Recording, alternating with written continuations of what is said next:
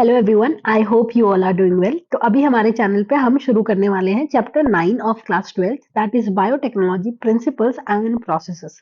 अगर मैं नीट वाले बच्चों की बात करूँ तो यहाँ पे लगभग 5 क्वेश्चन आते हैं, और अगर मैं 12th वालों की बात करूँ तो आपके तो बेटा जी पूरा एनसीईआरटी फोकस आने वाला है। और ये जो मेरा सीरीज है एनसीईआरटी लाइन टू लाइन, इसके अंदर मैं एनसीईआरटी की एक एक लाइन, एक एक वर्ड, एक एक डायग्राम सब कुछ क्लियर करूंगी। सो ये नीट वाले बच्चों के लिए भी उतना ही इंपॉर्टेंट है जितना ही 12th वाले बच्चों के लिए। ठीक है, शुरू करते हैं यार। सबसे पहले मैंने यहाँ पे एक साइंटिस्ट का नाम लिख रखा है and that is Karl Ereky. Karl Ereky का नाम एनसीईआरटी में नहीं है, बट ये वो साइंटिस्ट है जिन्होंने बायोटेक्नोलॉजी टर्म दिया। ठीक है, ओके। अब हमको बायोटेक्नोलॉजी का मतलब एग्जैक्टली क्या है, how do you define this term, वो बात करेंगे। ठीक है, बायोटेक्नोलॉजी में बायो आ रहा है और बायो का मतलब होता है लिविंग ऑर्गेनिजम्स। ठीक है, टेक्नोलॉजी क्या होता है वो आप समझते हो। तो बायोटेक्नोलॉजी के अंदर वो टेक्निक्स आती है, ठीक है, जिनके अंदर आप दो चीजों को यूज करने वाले हो अकॉर्डिंग टू एनसीईआरटी। या तो आप जिंदा ऑर्गेनिज्म को यूज कर लो, बायो तो वर्ड ही इसलिए दे रखा है क्योंकि you are talking about living organism. तो या तो आप किसी लिविंग ऑर्गेनिज्म को यूज कर लो या फिर आप उसके एंजाइम्स को यूज कर लो। क्या करने वाले हो बायोटेक्नोलॉजी के अंदर, इसके अंदर वो टेक्निक्स आती है जिसके अंदर you either use living organism, या तो आप लिविंग ऑर्गेनिज्म को यूज करोगे या फिर आप उस ऑर्गेनिज्म के एंजाइम्स को यूज करोगे। और ये दोनों चीजों को यूज करके आप दो चीजें बनाने की कोशिश करते हो। या तो आप कोई प्रोडक्ट बनाओगे, बोले तो जैसे कि एंटीबायोटिक बना लिया, या कोई वैक्सीन बना लिया, या कोई एंजाइम बना लिया। ठीक है, और या फिर कोई प्रोसेस बनाने वाले हो, कोई भी बायोटेक का प्रोसेस जो कि आगे जाके ह्यूमन के वेलफेयर के लिए इंपॉर्टेंट है या यूजफुल बन जाता है या काफी अच्छा हो जाता है। ठीक है, तो बायोटेक्नोलॉजी की डेफिनेशन में क्या बोला है कि ये वो बेसिकली बायोटेक्नोलॉजी किसके साथ डील करती है, ये उन टेक्निक्स के साथ डील करती है जिसके अंदर you are using two things, number one live organisms, और number two enzymes from those live organism. और इन दोनों को यूज करके आप क्या बनाओगे, या तो आप कोई प्रोडक्ट बनाओगे या फिर आप कोई प्रोसेस बनाओगे जो ह्यूमंस के लिए यूजफुल होता है। इतना क्लियर है? ओके। अब बायोटेक्नोलॉजी ना दो फॉर्म्स में डिवाइड हो सकती है। बायोटेक्नोलॉजी कोई नया ब्रांच नहीं है, बायोटेक्नोलॉजी बहुत पुराना भी है। तो जो पुराना वाला बायोटेक्नोलॉजी है उसको आप ट्रेडिशनल बायोटेक्नोलॉजी बुलाते हो, और जो नया वाला बायोटेक्नोलॉजी है उसको आप मॉडर्न बायोटेक्नोलॉजी बुलाते हो। अब हम दोनों में डिफरेंस जानेंगे कि एग्जैक्टली ट्रेडिशनल बायोटेक्नोलॉजी क्या है और मॉडर्न बायोटेक्नोलॉजी क्या है, जो कि इस पैराग्राफ के अंदर दे रखा है। ध्यान से सुनना, बहुत ध्यान से सुनना मैं क्या बोल रही हूँ। ठीक है, ट्रेडिशनल बायोटेक्नोलॉजी वो है जिसमें आप किसी भी लिविंग ऑर्गेनिज्म, जैसे मान लो कोई भी लिविंग ऑर्गेनिज्म है, उसके पास में ना कोई नेचुरल कैपेसिटी है कोई प्रोडक्ट देने की। मतलब आपने उस लिविंग ऑर्गेनिज्म में कोई चेंजेस नहीं करे, वो नेचुरली कुछ प्रोडक्ट बनाना जानता है। जैसे आप जानते हो कि लैक्टिक एसिड बैक्टीरिया जो कि लैब है, वो दही बनाना जानता है। ऐसा तो है नहीं आपने उसको सिखाया है, आपने उसके अंदर कोई जीन डाला है, बहुत ऑब्वियस है ना। वो नेचुरली दही बनाना जानता है। तो अगर कोई बैक्टीरिया अपनी नेचुरल कैपेसिटी से, या अगर कोई माइक्रोब अपनी नेचुरल कैपेसिटी से आपको कोई प्रोडक्ट देता है और आप उसकी नेचुरल कैपेसिटी को एक्सप्लॉइट करते हो ताकि आप कोई चीज कमर्शियल स्केल पे बना सको, उसको बोलते हैं ट्रेडिशनल बायोटेक्नोलॉजी। क्या बोला मैंने आपको?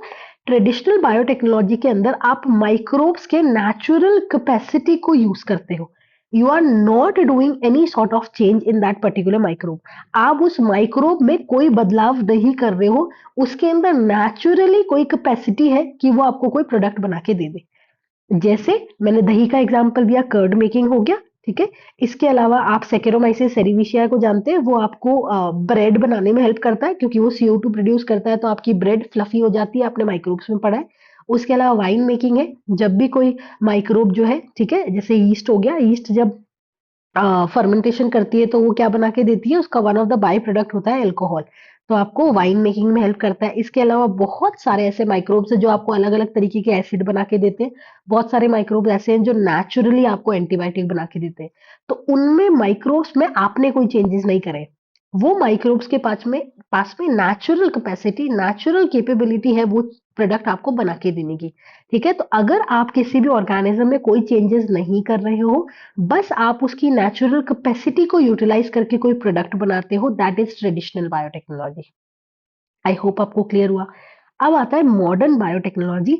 अब जब आपसे कोई बायोटेक की डेफिनेशन पूछता है ना, तो आप बहुत रेस्ट्रिक्टेड सेंस में आप डेफिनेशन बताते हो, जिसमें आप मॉडर्न की ही डेफिनेशन देते हो। अब मॉडर्न बायोटेक्नोलॉजी एग्जैक्टली क्या है, इसमें ना आप ना किसी भी ऑर्गेनिज्म को पहले मॉडिफाई करते हो। किस लेवल पे मॉडिफाई करते हो? आप उसको जेनेटिक लेवल पे मॉडिफाई करते हो। तो you are basically manipulating the genetic material of organism. आप किसी भी ऑर्गेनिज्म का जेनेटिक मटेरियल बोले तो उसके डीएनए या फिर उसके आरएनए में छेड़छाड़ करोगे। अगर आप किसी ऑर्गेनिज्म का डीएनए या आरएनए छेड़ देते हो तो आप उसको बोलेंगे GMO, that is genetically modified organism. तो कोई ऐसा ऑर्गेनिज्म जिसका जेनेटिक मटेरियल आपने मॉडिफाई कर दिया है, छेड़ दिया है, मैनिपुलेट कर दिया है, वो जीएमओ हो गया। तो यूजुअली ना मॉडर्न बायोटेक में आप ऑर्गेनिज्म को जेनेटिकली मॉडिफाई करते हो और जेनेटिकली मॉडिफाई करने के बाद में आप उसको यूज करते हो। ठीक है?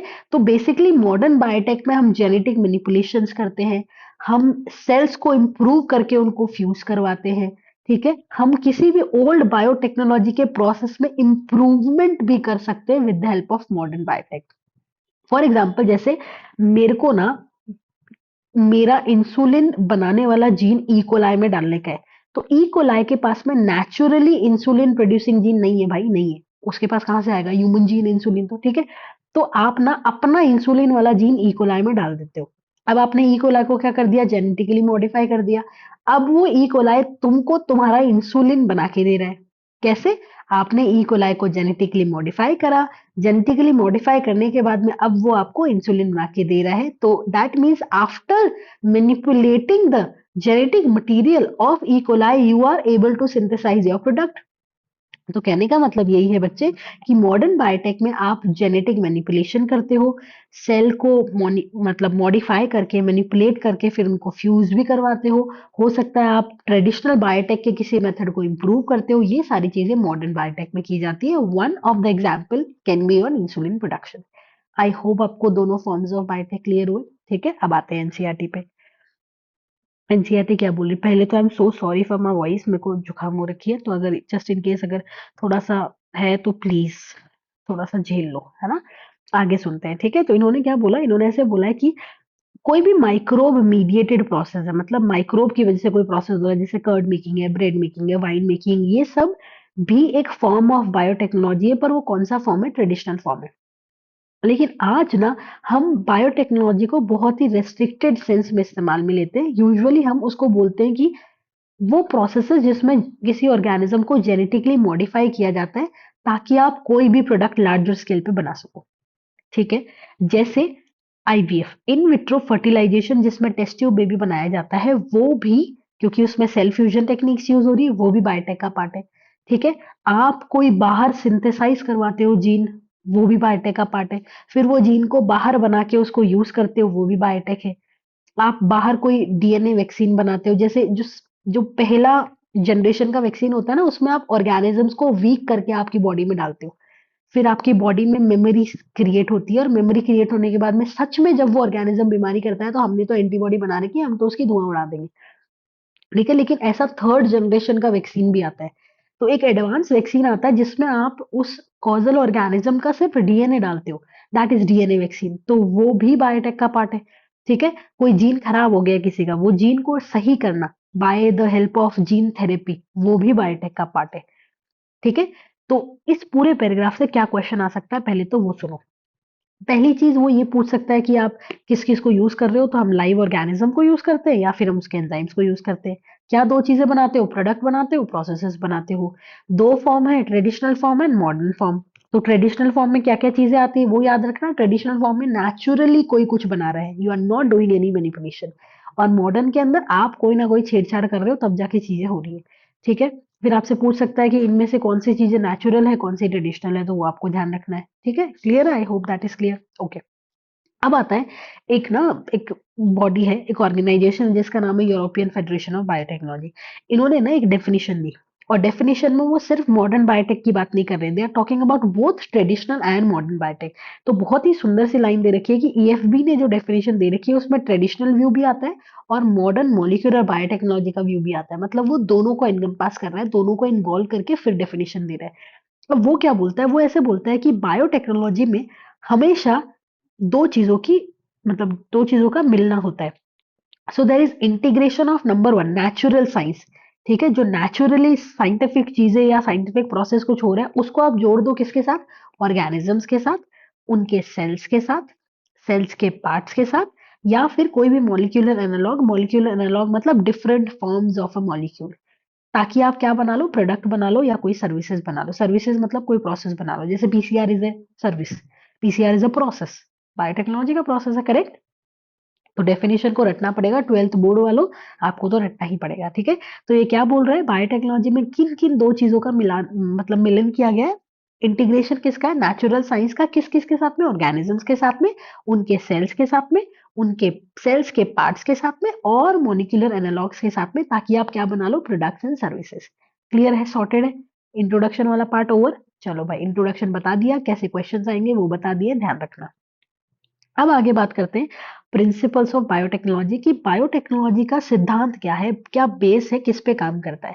ठीक है, तो ध्यान रखना, जिन प्रिंसिपल्स की बात एनसीईआरटी में की गई है वो मॉडर्न बायोटेक की बात करी गई है। ध्यान रखना, मॉडर्न बायोटेक की बात करी गई है, ट्रेडिशनल की नहीं। ठीक है, अब हम क्या करेंगे, दो बड़े बड़े प्रिंसिपल्स है। पहला प्रिंसिपल है जेनेटिक इंजीनियरिंग, और दूसरा है बायो प्रोसेस इंजीनियरिंग। बहुत इंपॉर्टेंट, बहुत इंटरेस्टिंग, बहुत ही प्यारा है। सॉरी। तो क्या होता है जेनेटिक इंजीनियरिंग में, ध्यान से सुनो। जेनेटिक इंजीनियरिंग मतलब छेड़छाड़। ठीक है, इधर का उधर चिपका देना, उधर का इधर चिपका देना, दैट इज इंजीनियरिंग। और जेनेटिक मतलब जेनेटिक मटेरियल के अंदर छेड़छाड़। तो जेनेटिक इंजीनियरिंग में वो सारी टेक्निक्स आती है जिसके अंदर देखो, हमें पता है कि हमारा ब्लूप्रिंट है हमारा जेनेटिक मटेरियल। ठीक है, हमारे जेनेटिक मटेरियल में सब कुछ लिखा हुआ है कि कोई बंदा क्या करेगा, क्यों करेगा, कैसे करेगा, क्या दिखेगा, क्यों दिखेगा, कैसे दिखेगा, सब लिखा हुआ है। तो अगर मैं किसी का जेनेटिक मटेरियल, किसी का ब्लूप्रिंट बदल दूं तो सब कुछ बदल जाएगा। तो for example, if I want something new in a particular organism और अ सेल, मेरे को उसका ब्लूप्रिंट बदल देना चाहिए। तो जेनेटिक इंजीनियरिंग में आप क्या करते हो, आप किसी भी ऑर्गेनिज्म या किसी भी सेल की जो जेनेटिक मटेरियल है, दैट इज ईदर डीएनए और आरएनए, उसकी केमिस्ट्री को बदल देते हो। मतलब आप क्या कर रहे हो, आप ना किसी भी सेल या किसी भी ऑर्गेनिज्म की डीएनए और आरएनए की केमिस्ट्री को चेंज कर दो। मतलब you are changing the genotype, आप उसका जीनोटाइप बदल दो। अगर आपने वो जीनोटाइप बदल दिया है तो अब क्या उस ऑर्गेनिज्म का फिनोटाइप नहीं बदलेगा, ऑफ कोर्स बदलेगा यार। तो आप क्या करते हो, जिस भी ऑर्गेनिज्म को या जिस भी सेल को आपको चेंज करने का है, उसका जेनेटिक मटेरियल बाहर निकालो, उसका डीएनए और आरएनए बाहर निकालो, और इसमें बदलाव कर दो, जो भी रैंडम बदलाव आपको करना है। मान लो आपको कोई जीन निकालना है, मान लो आपको कोई जीन डालना है, जो करना है कर लो। ठीक है, अब इस चेंज्ड या मॉडिफाइड जेनेटिक मटेरियल को होस्ट में डाल दो। अब पहले होस्ट में कुछ और था, अब होस्ट में कुछ और आ गया, अब बेचारे होस्ट का फिनोटाइप बदल गया। तुमने क्या किया, तुमने जीनोटाइप बदला, और जीनोटाइप बदल कर उस जेनेटिक मटेरियल को जो तुमने बदला है उसको होस्ट में डाल दिया। अब बेचारे होस्ट का फिनोटाइप क्या हो जाएगा, चेंज हो जाएगा। सही बात है, ओके। अगला आता है बायो प्रोसेस इंजीनियरिंग। भाई साहब, क्या गारंटी है कि अगर तुमने कोई जेनेटिक मटेरियल को मॉडिफाई करके होस्ट में डाला है तो वो होस्ट में सही काम करेगा, या होस्ट उस जेनेटिक मटेरियल की कॉपी बना लेगा या आगे जाके अपनी प्रोजेनी में दे देगा। ठीक है, तो यूजुअली होता क्या है, बायो प्रोसेस इंजीनियरिंग में आपको कोशिश करनी है, ठीक है, कि आपने जो होस्ट लिया है उस होस्ट में अपना आपने कोई डीएनए डाला है। अब आप चाहते हो कि वो होस्ट ग्रो करे ताकि आपका डीएनए की भी कॉपी बने। Please remove the charge, I am so sorry. ठीक है, तो क्या चाहते हो आप, तो आप चाहते हो कि सिर्फ आपका होस्ट ग्रो करे, या सिर्फ जो डिजायरेबल माइक्रोब है। फॉर एग्जांपल, मान लो मैंने ये सब कुछ इकोलाई के अंदर करा है, तो मैं चाहती हूँ कि सिर्फ मेरा इकोलाई ग्रो करे और कोई दूसरा फालतू का बैक्टीरिया ग्रो ना करे। तो मेरे को ऐसा एनवायरनमेंट, ऐसा माहौल क्रिएट करना पड़ेगा कि कोई कंटामिनेशन हो ही ना। इसीलिए आप देखो, जितने भी बायोटेक्नोलॉजी के प्रोसेसेस होते हैं या जो कुछ भी काम किया जाता है, वो हमेशा एक अलग से डब्बे उब्बे बनाए जाते हैं। ठीक है, उनमें बैठ के किया जाता है और हाथ वाथ सब धो धुला के सब ढंग से किया जाता है। तो आपको ऐसा एनवायरनमेंट क्रिएट करना है जो एकदम स्टेराइल हो, जो एकदम कंटामिनेशन फ्री हो, ताकि वहां पे कोई दूसरा माइक्रोब की एंट्री ही ना हो, और सिर्फ तुम्हारा डिजायर्ड माइक्रोब, या अगर आप यूकैरियोटिक सेल के साथ काम कर रहे हो तो सिर्फ वो ग्रो करे। अगर वो ग्रो करेगा तो ऑब्वियस सी बात है, फॉर एग्जांपल मान लो मैंने ई कोलाई के अंदर इंसुलिन प्रोड्यूसिंग जीन डाल दिया। अगर मेरे ई कोलाई को मैंने अच्छा एनवायरनमेंट दिया तो मेरा ई कोलाई भर भर के ग्रो करेगा। अगर मेरा ई कोलाई ग्रो करेगा तो उसके अंदर मेरा इंसुलिन प्रोड्यूसिंग जीन की भी कॉपी बनेगी, और अगर जीन की कॉपी बनी तो मेरा इंसुलिन भी बनेगा। इसका मतलब मेरा प्रोडक्ट लार्ज स्केल पे बनेगा। प्रोडक्ट कैन बी एनीथिंग, मैंने अभी आपको इंसुलिन का एग्जांपल दिया। ठीक है, इट कैन बी एनीथिंग, कोई एंटीबायोटिक हो सकता है, कोई वैक्सीन हो सकता है, कोई एंजाइम भी हो सकता है।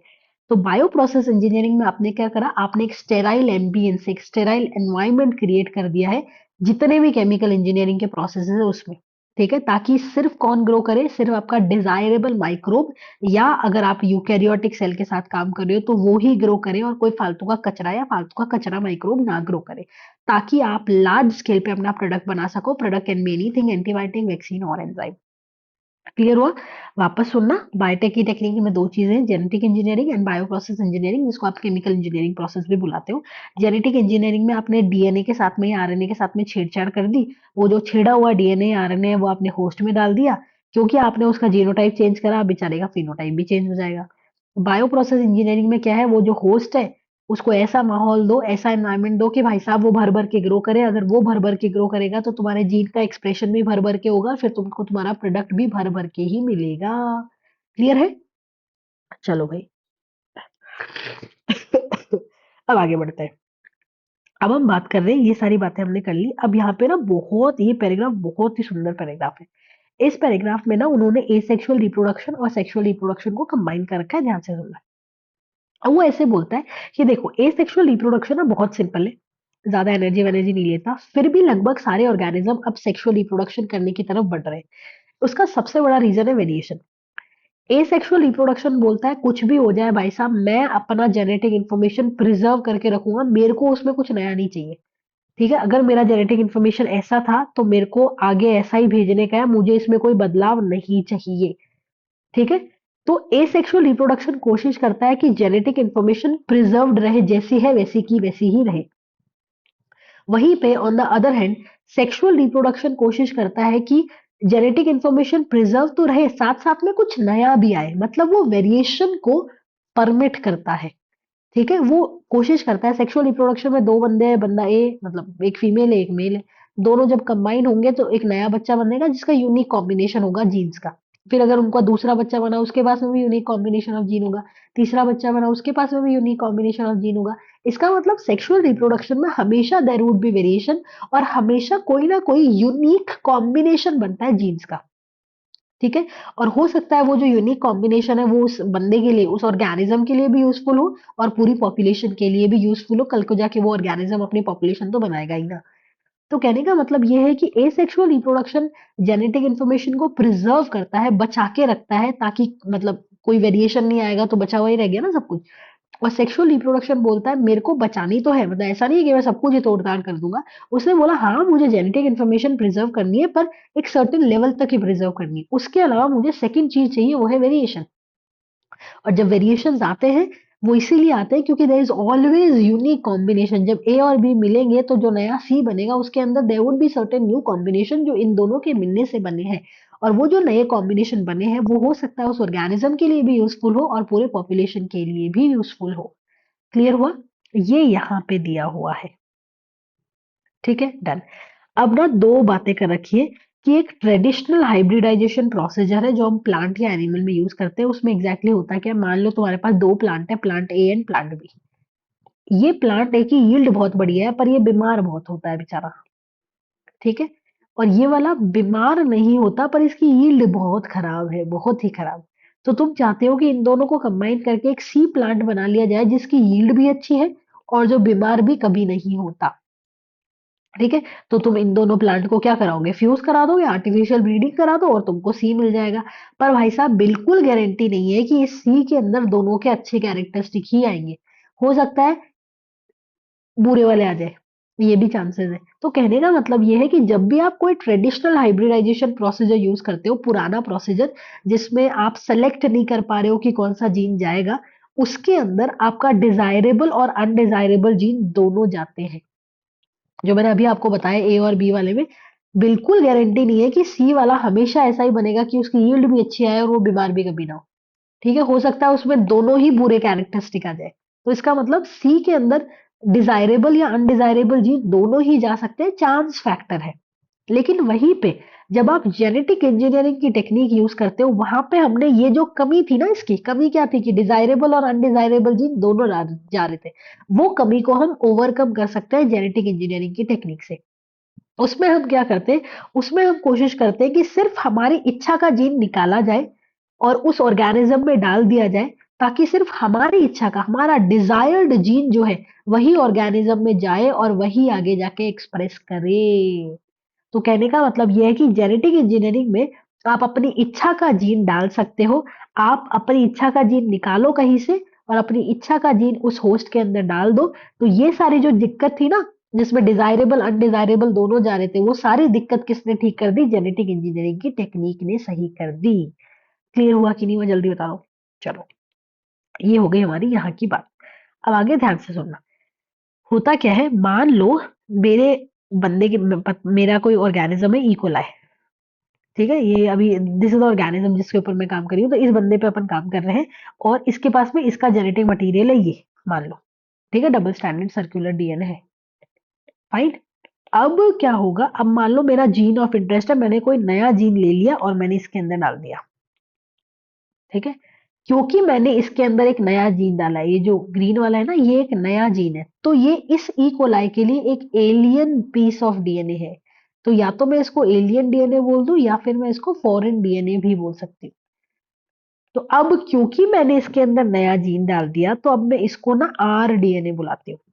क्या बुलाऊंगी? R DNA, that is recombinant DNA. अब ये जो डीएनए का पार्ट है, ये जो जीन ऑफ इंटरेस्ट है, ये जीन ऑफ इंटरेस्ट अपनी कॉपी बना लेगा। तो जब इसकी बहुत सारी कॉपी बनती है, उसको मैं क्लोनिंग बुलाती हूँ। एक सेकेंड।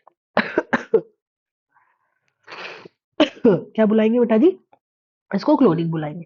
तो ध्यान से सुनना, मैंने कोई फॉरेन जीन अगर डाल दिया है किसी ऑर्गेनिज्म के डीएनए के अंदर, तो जो नया डीएनए होगा उसमें कुछ नया कॉम्बिनेशन आ गया, तो उसको मैं रिकॉम्बिनेंट डीएनए बोलूंगी। और इसी रिकॉम्बिनेंट डीएनए की या मेरे जीन ऑफ इंटरेस्ट की जब बहुत सारी कॉपी बन जाए, तो that would be known as cloning. तो मेरे जीन की बहुत सारी कॉपी बन गई, तो उसको जीन क्लोनिंग बोला जाता है। क्लियर हुआ इतना? ठीक है, अब बात करते हैं आगे। अब आगे बात कर रहे हैं कि जो पहला आर्टिफिशियल आर डीएनए मॉलिक्यूल है, रिकॉम्बिनेंट डीएनए जो मॉलिक्यूल है, वो कैसे बना? ठीक है, तो यहाँ पे दो साइंटिस्ट है जिनका बहुत बड़ा कंट्रीब्यूशन है, एक है स्टेनली कोहेन और एक है हर्बर्ट बोयर। ठीक है, उन्होंने क्या किया, ध्यान से सुनो, बहुत ही गंदा लिखा हुआ एनसीईआरटी में। ठीक है, तो कोहेन, स्टेनले कोहेन और हर्बर्ट बोयर करके दो साइंटिस्ट है, 1972 में उन्होंने पहला आर डीएनए बनाया, रिकॉम्बिनेंट डीएनए मॉलिक्यूल। उन्होंने क्या किया, ध्यान से सुनना। उन्होंने बैक्टीरिया लिया, बैक्टीरिया का नाम है साल्मोनिला टाइफीमुरियम। ठीक है, टाइफॉइड करता है ये, वही है। ठीक है, ये बैक्टीरिया लिया। तो ये मान लो ये बैक्टीरिया है, इसके अंदर ये इसका मेन जेनेटिक मटेरियल है, और मेन जेनेटिक मटेरियल के अलावा इन भाई साहब के पास में एक और extra chromosomal self replicating genetic material होता है, जो आपने सेल में पढ़ा है, दैट इज प्लाज्मिड। ये मेन जेनेटिक मटेरियल है, ये उससे अलग है, तो इसीलिए हम इसको एक्स्ट्रा क्रोमोसोमल बुलाते हैं। मेन क्रोमोसोम से अलग है, एक्स्ट्रा है, इसीलिए इसको एक्स्ट्रा क्रोमोसोमल बुलाएंगे। दूसरा, ये डबल स्टैंडर्ड होता है, सर्कुलर होता है। और सबसे अच्छी बात इसकी ये होती है कि ये सेल्फ रेप्लिकेटिंग है। सेल्फ रेप्लिकेटिंग का मतलब क्या होता है भाई साहब? ये ग्रीन वाला डिवाइड करे या नहीं करे, मैं तो अपनी कॉपी बनाऊंगा, मेरे को तुमसे कोई मतलब नहीं है, मैं अपनी कॉपी खुद बनाना जानता हूँ। तो ये सेल्फ रेप्लिकेटिंग है। इतना क्लियर हुआ? ठीक है। अब कोई दूसरा प्लाज्मिड है, कोई दूसरा प्लाज्मिड है।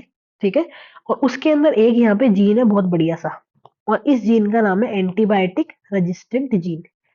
ये ऐसा जीन है जो एंटीबायोटिक से बचा लेता है। ठीक है, तो हम क्या करेंगे, हमारी कैंची लेंगे। क्या लेंगे? कैंची लेंगे, मॉलिक्यूलर कैंची। एक कैंची से कट इधर मारा, एक कट इधर मारा। ठीक है, वैसे ही एक कट हम इधर मारते हैं और एक कट इधर मार, ध्यान रखना कैंची सेम होनी चाहिए। इधर भी सेम कैंची होगी और इधर भी सेम कैंची होगी। ठीक है, अब क्या होने वाला है, ध्यान से सुनो। ये मेरा ऐसा है, इधर कैंची से मैंने कट मार लिया। ठीक है, और ये मेरा नीला वाला भी ऐसा है, और इसका मैंने इतना पार्ट कट कर दिया है। अब मैं इस पार्ट को कट करके यहाँ चिपका दूंगी। क्या कर देंगे, इस पार्ट को कट करके यहाँ चिपका देंगे। इतना क्लियर हुआ? तो अब मैंने इस प्लाज्मिड में कुछ नया डाल दिया है, तो इस प्लाज्मिड को अब मैं क्या बोलूंगी, आर डीएनए, रिकॉम्बिनेंट डीएनए। ध्यान से सुनना, साल्मोनिला टाइफीमुरियम का एक नेचुरली अकरिंग प्लाज्मिड था, इसके अंदर खुद से एक प्लाज्मिड था, उसको नेटिव प्लाज्मिड बोला है। क्या बोला बेटा जी? Native plasmid. नेटिव प्लाज्मिड मतलब जो नेचुरली साल्मोनिला में है। उसके अंदर मैंने क्या डाल दिया, मैंने किसी और प्लाज्मिड का एंटीबायोटिक रेजिस्टेंट जीन लेके इसमें डाल दिया। और क्योंकि इसमें अब नया जीन आ गया है, क्योंकि इसके अंदर अब एक फॉरेन डीएनए आ गया या फॉरेन जीन आ गया, अब ये कैसा डीएनए हो गया? Recombinant DNA. क्लियर हुआ? अब यहाँ पे क्या आ गया? Antibiotic resistant gene. पहले इसके पास में एंटीबायोटिक रेजिस्टेंस नहीं था, अब आ गया है।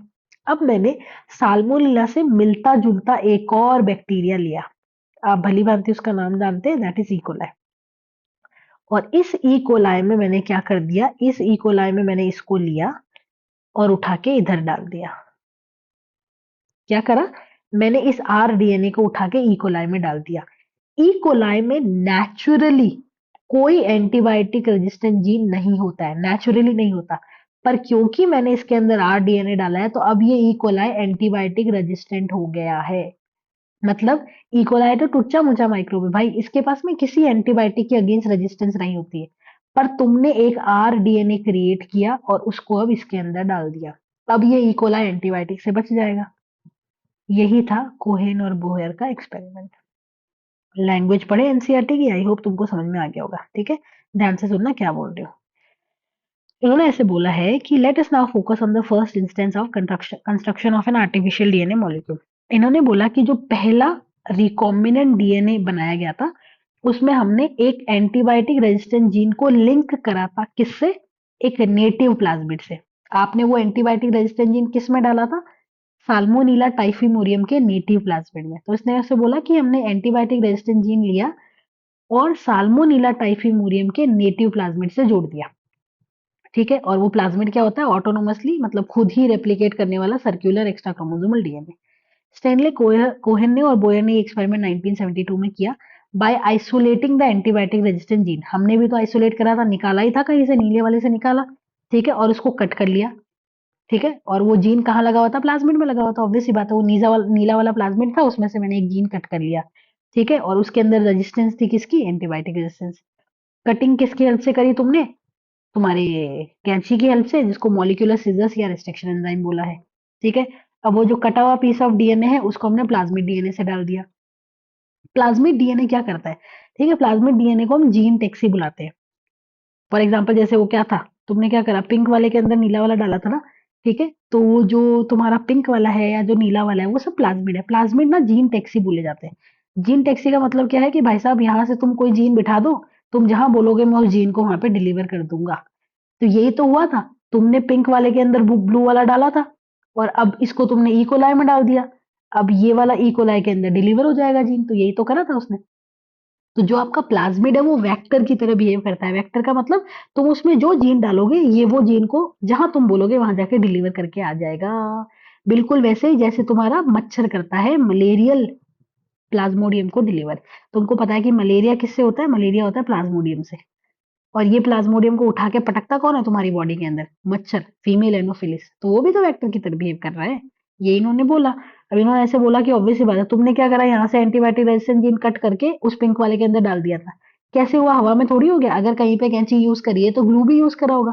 तो जैसे मॉलिक्यूलर सीजर्स होते हैं वैसे ही मॉलिक्यूलर ग्लू भी होता है, जिसको लाइगेज बुलाते हो, आपने उसमें पढ़ा है रेप्लिकेशन वाले चैप्टर के अंदर। ठीक है, फिर रिकॉम्बिनेंट डीएनए बन गया और रिकॉम्बिनेंट डीएनए बनने के बाद में तुमने उसको साल्मोनेला से क्लोज रिलेटेड इकोलाई है उसमें डाल दिया। फिर वहां पे जाके ऑब्वियस सी बात है, प्लाज्मिड तो अपनी कॉपी खुद बनाना जानता है, वो अपनी कॉपी बनाता जाएगा, बनाता जाएगा, बनाता जाएगा। फिर अगर बैक्टीरिया डिवाइड करता है तो उसके अंदर प्लाज्मिड बांट दिए जाएंगे, बांट दिए जाएंगे, बांट दिए जाएंगे। इसका मतलब अब जितनी भी नई प्रोजेनी आएगी सबके अंदर वो एंटीबायोटिक रेजिस्टेंट जीन वाला प्लाज्मिड जाएगा और सारी इकोलाई के मजे ही मजे सब एंटीबायोटिक रेजिस्टेंट हो जाएगी। तो जब आपके डिजायर्ड जीन की कॉपी हो रही है तो उसको आप क्या बोलते हो? जीन क्लोनिंग ही तो बोलेंगे। तो इसने अब ये बोला है कि कभी भी अगर आप ऑर्गेनिज्म को जेनेटिकली मॉडिफाई करते हो, 3 बेसिक स्टेप है जो आपको पता होने चाहिए। पहला स्टेप ये है कि आपको पहले ये आइडेंटिफाई करना है कि आपका डिजायरेबल जीन कौन सा है। भाई साहब डालना क्या है इकोलाई के अंदर, पहले ये तो डिसाइड कर लो। जैसे हमने यहाँ पे डिसाइड करा था हमको एंटीबायोटिक रेजिस्टेंट जीन डालना है, तो पहले आपको ये डिसाइड करना है कि आपका डिजायरेबल जीन या आपका जीन ऑफ इंटरेस्ट एग्जैक्टली है क्या। ठीक है, उसके बाद में आप अपना जो जीन ऑफ इंटरेस्ट है उसको होस्ट के अंदर डाल दो। फिर आपको ये मेंटेन करना है, ये कोशिश करनी है कि जो आपने होस्ट के अंदर जो आपने अपना डिजायरेबल जीन डाला है वो उसके अंदर रहे वैसा का वैसा, और उसके अंदर कॉपी बने। और जब कॉपी बने तो मान लो एक होस्ट से अब तुम्हारे पास में 2 बंदे हो गए, तो दोनों बंदों के अंदर वो तुम्हारा डिजायर्ड जीन डाल जाना ही चाहिए। नहीं जाएगा तो कचरा हो गया एक्सपेरिमेंट। समझ में आया? ओके। तो यहाँ तक हमारा कंप्लीट हो चुका है। अगला जो वीडियो आएगा उसमें हम टूल्स ऑफ आरडीटी से शुरू करेंगे। आई होप आपको ये समझ में आया। अगर समझ में आया तो लाइक, कमेंट, शेयर, सब्सक्राइब तो कर देना यार। ठीक है, थैंक यू, बाय एवरीवन।